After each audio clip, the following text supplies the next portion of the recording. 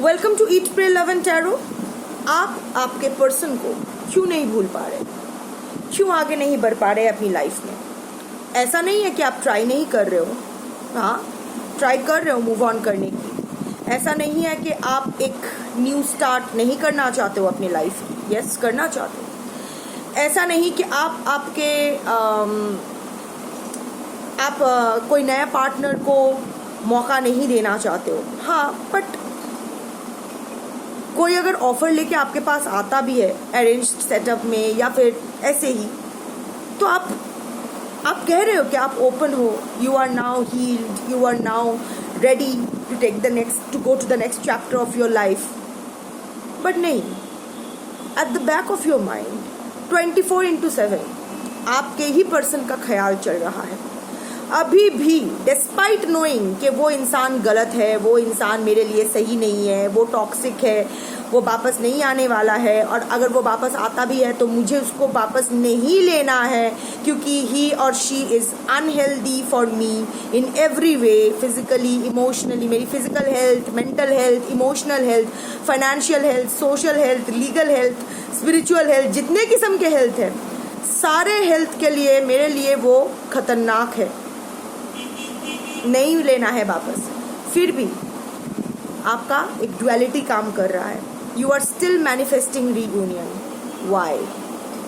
वही आज टैरेट से चेक करेंगे। Even before the final shuffle यहाँ फूल का कार्ड आया है, तो बिगिनिंग, एक नई बिगिनिंग के लिए आप रेडी तो हो, बट ठीक है देख लेते हैं। But before I begin I need to protect my energy, so all harm and negativity directed towards me online and offline by anyone return to them tenfold with immediate effect. This is my will, so mote it is.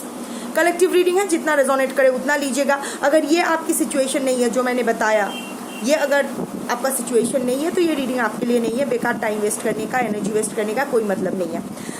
कुछ और देख लो internet पे। So like I said, जितना resonate करे उतना रखिएगा। Collective reading है, 100% match करेगा गारंटी नहीं है, जितना पोर्शन मैच करे उतना ही रखो। टाइमलेस है, कोई भी जेंडर, आपका कोई भी जेंडर हो, आपकी सेक्सुअल ओरिएंटेशन कुछ भी हो, आप किसी भी रिलीजन के हो, किसी भी ज़ोडियाक के हो, डजेंट मैटर। अगर रेजोनेट करती है तो ये रीडिंग आपकी है। पहले 3 कार्ड टैरेट से लेंगे, 3 कार्ड ऑरेकल से लेंगे, देखते हैं क्या आता है। क्यों आप आपके पर्सन को भूल नहीं पा रहे हो, क्यों अभी भी ना चाहते हुए भी रीयूनियन मैनिफेस्ट कर रहे हो? Like I said, even before the final shuffle, it's the Fool and the Star card. Star is the card of hope. नीचे आया है, उसका नीचे आया है टार, तो मैं ये, और उसके नीचे ये 9 of Swords. Sleepless nights, सपने में शायद आप आपके पर्सन को देख भी रहे हो पर वो कुछ प्लेजेंट सपना नहीं है, शायद बहुत गुस्से में आपकी तरफ देख रहे हैं या कुछ नेगेटिव सपना, नाइटमेयर, दुष्स्वप्नों, बुरे सपने। रात को अचानक जाग उठ रहे हो, बहुत पैल्पिटेशन, बहुत स्ट्रेस महसूस कर रहे हो, अचानक ऐसा लग रहा है छाती में बहुत बड़ा कोई पत्थर रख दिया हो, ऐसा कुछ फीलिंग आ रहा है।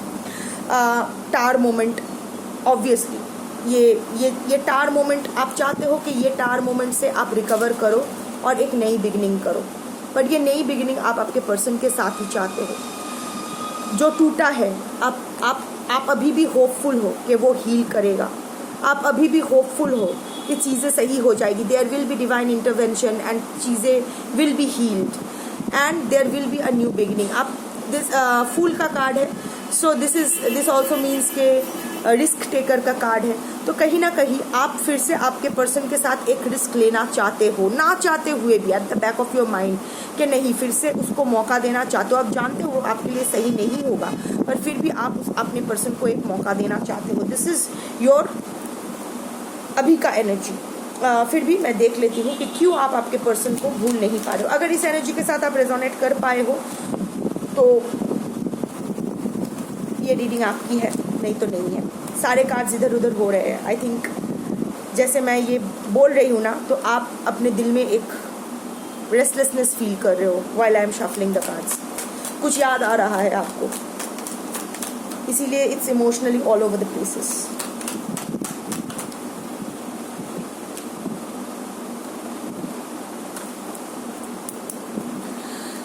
सेवन ऑफ स्वॉर्ड्स, डिसेप्शन का कार्ड, स्ट्रेंथ, मैनिपुलेशन का card, 3 of pentacles, third party का card, bottom of the deck energy.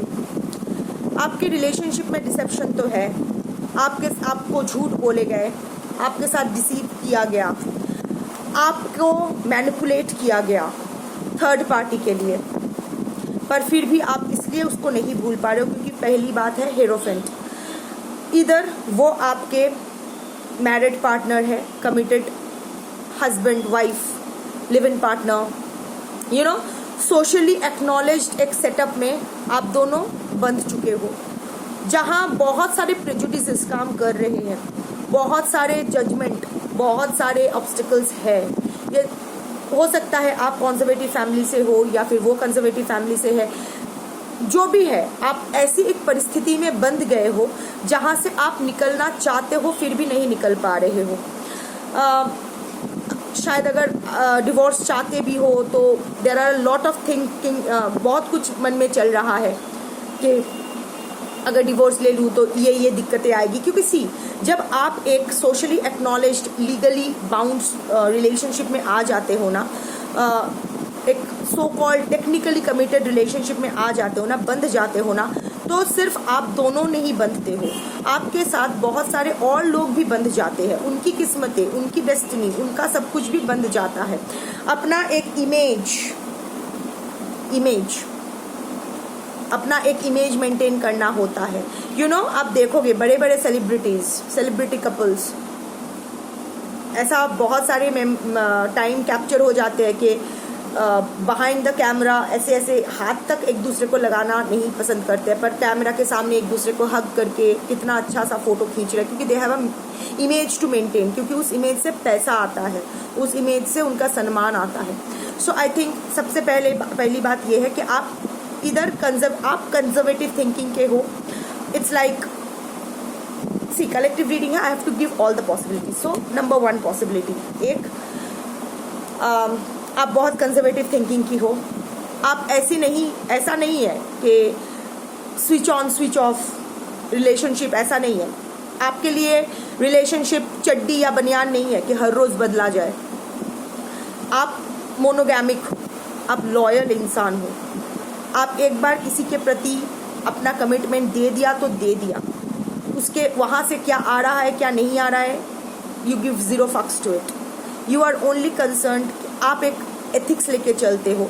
We are not judging, मैं ये नहीं कह रही हूँ कि जो लोग मूव ऑन नहीं करते, मल्टीपल रिलेशनशिप रखते हैं, वो लोग गलत है, ऐसा नहीं, पर ये आपकी थिंकिंग है और आप अपनी जगह सही हो, उसका भी सम्मान होना चाहिए। तो आप उस फ्लिकरी माइंड सेट की नहीं हो जैसे आपके पर्सन है कि आज इसको दिल दे दिया, कल उसको दिल दे दिया, ऐसा नहीं है। आपके लिए कमिटमेंट एक बार ही होता है, वो हो चुका है।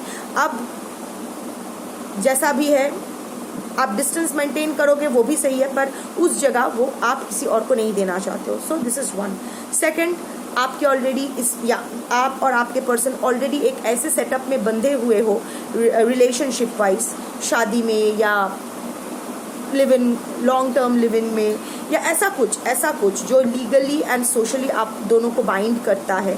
तो उसको तोड़ने से पहले आप बहुत बार सोच रहे हो, आपके पर्सन नहीं सोचे हैं पर आप सोच रहे हो, आपका वो है कि नहीं, ये सिर्फ मेरे और उसके बारे में नहीं है, यहाँ और भी लोग इन्वॉल्व है, बच्चे इन्वॉल्व हो सकते हैं, माँ बाप इन्वॉल्व हो सकते हैं, आप दोनों का प्रोफेशन या बिजनेस भी इन्वॉल्व हो सकता है, शायद दोनों मिलकर कुछ बिजनेस स्टार्ट किए थे, दोनों एक ही प्रोफेशन में हो, कुछ ना कुछ है।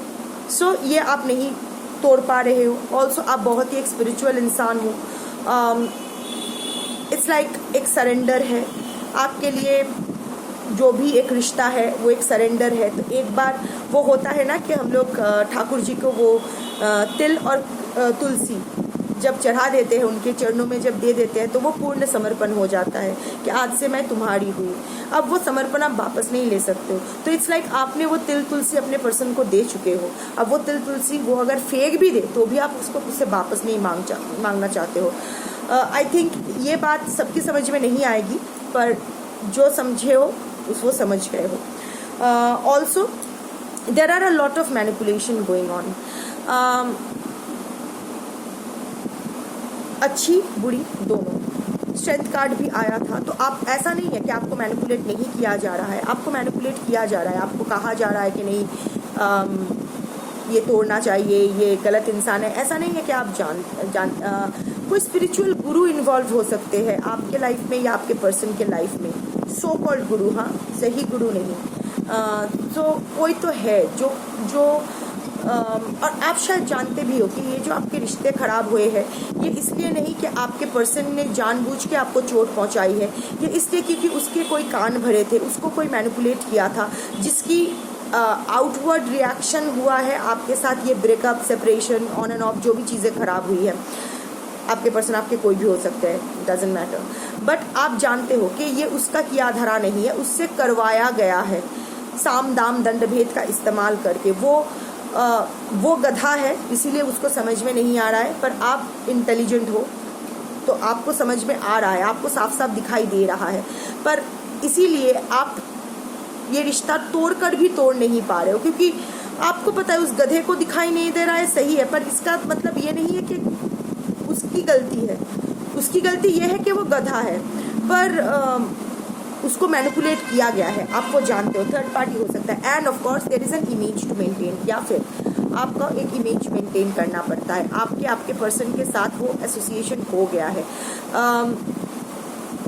मैं बस एग्जांपल दे रही हूँ, मैं इन दोनों को नहीं जानती हूँ पर्सनली, इन दोनों के बीच क्या चल रहा है मैं नहीं जानती हूँ, जस्ट गिव एन एग्जांपल।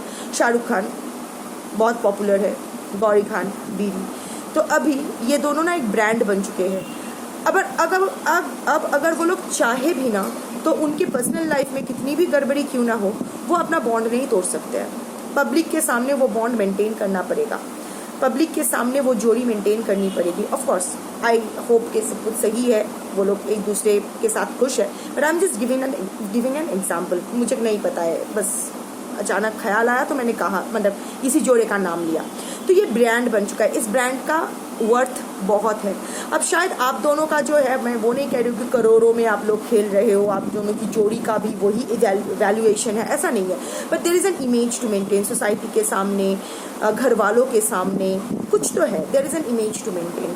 शायद कुछ ईगो की भी इशू हो सकती है, किसी को दिखाना भी चाहते हो, कुछ लोगों के लिए ये, कुछ कलेक्टिव्स के लिए ये वैलिड है। किसी को कुछ दिखाना चाहते हो कि yes I am successful in my life. किसी ने शायद आपसे कहा था तू कभी खुश नहीं रह पाएगी, पर उसके सामने अभी सच में आप खुश नहीं हो तो आप उसको दिखाना पड़ेगा, नहीं तो आप हार जाओगे। वो हारा हुआ फीलिंग हर बार आप नहीं हार सकते हो, that kind of energy. But as a result of which आप इस हैंगमैन पोजिशन में, आप एक स्टक सिचुएशन में, आपको समझ में नहीं आ रहा है। देखो आप यहाँ से निकल सकते हो क्योंकि इसका हाथ खुले हुए हैं, ये इजीली इसका पैर वैर खोल के ये नीचे सीधा होके आ सकता है, पर नहीं आ रहा है। आपका भी वही सिचुएशन है।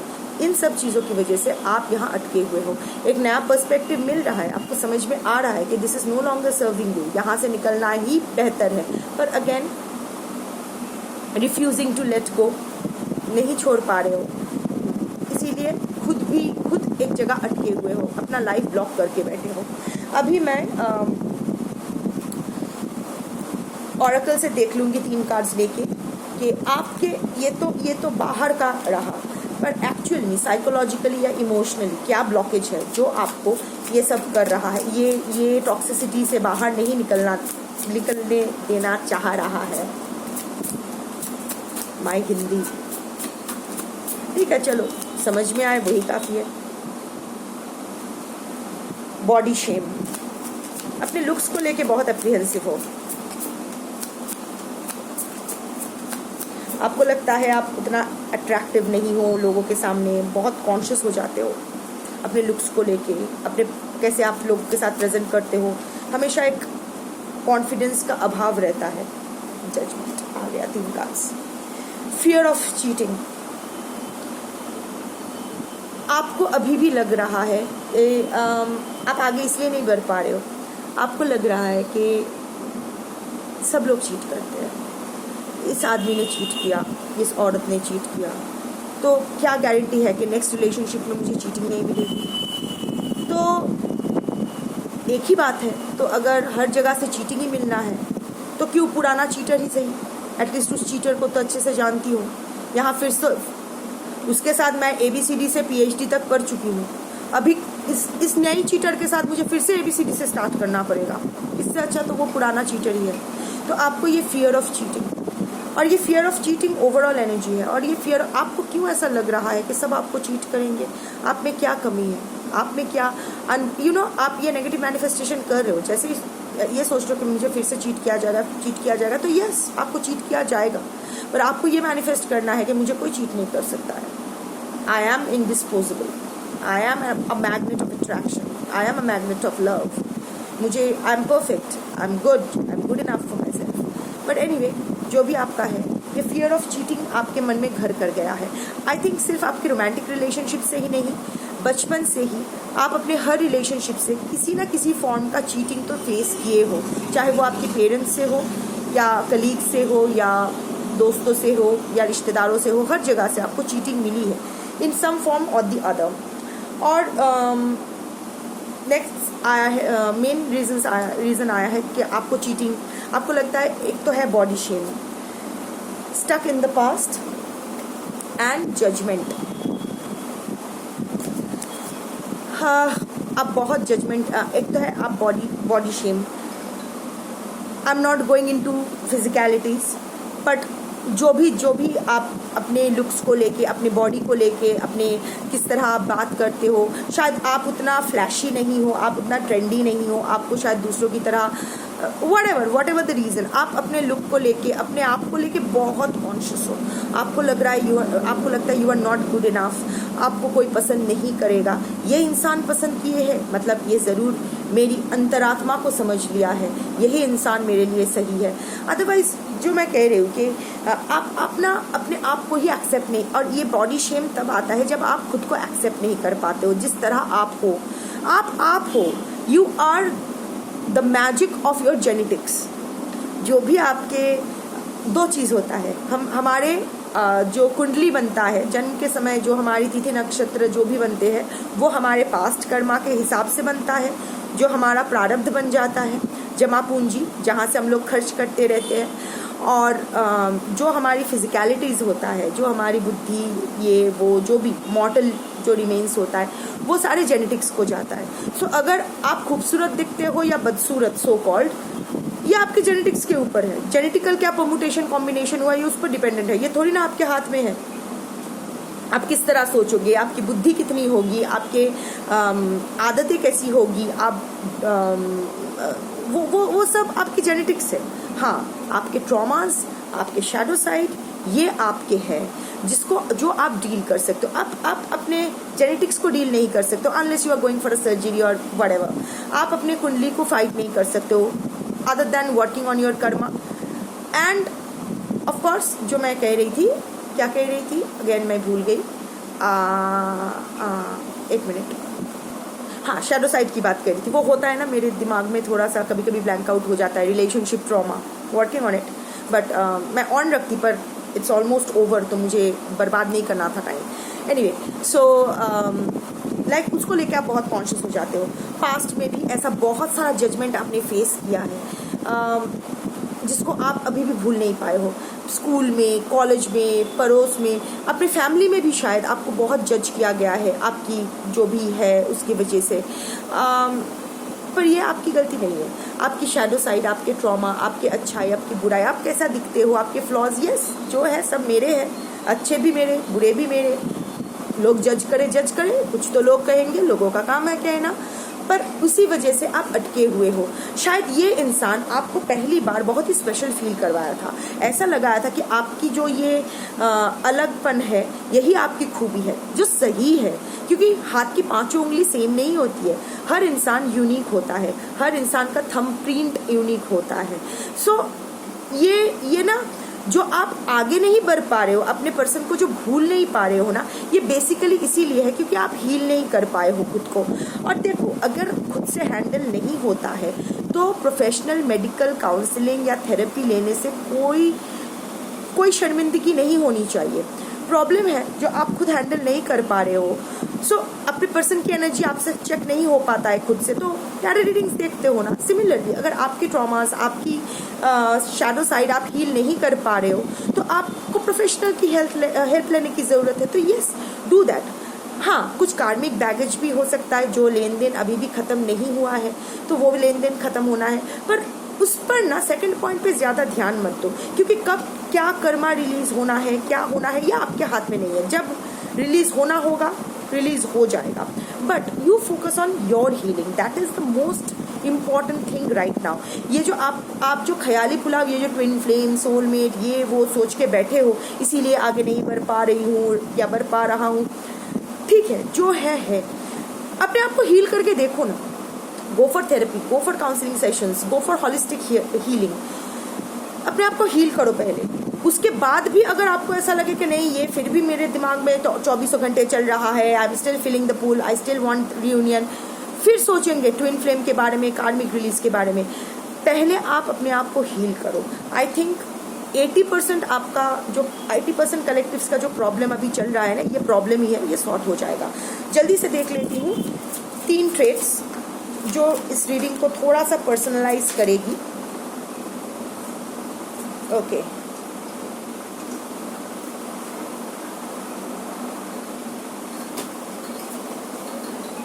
सब बालों का आया है।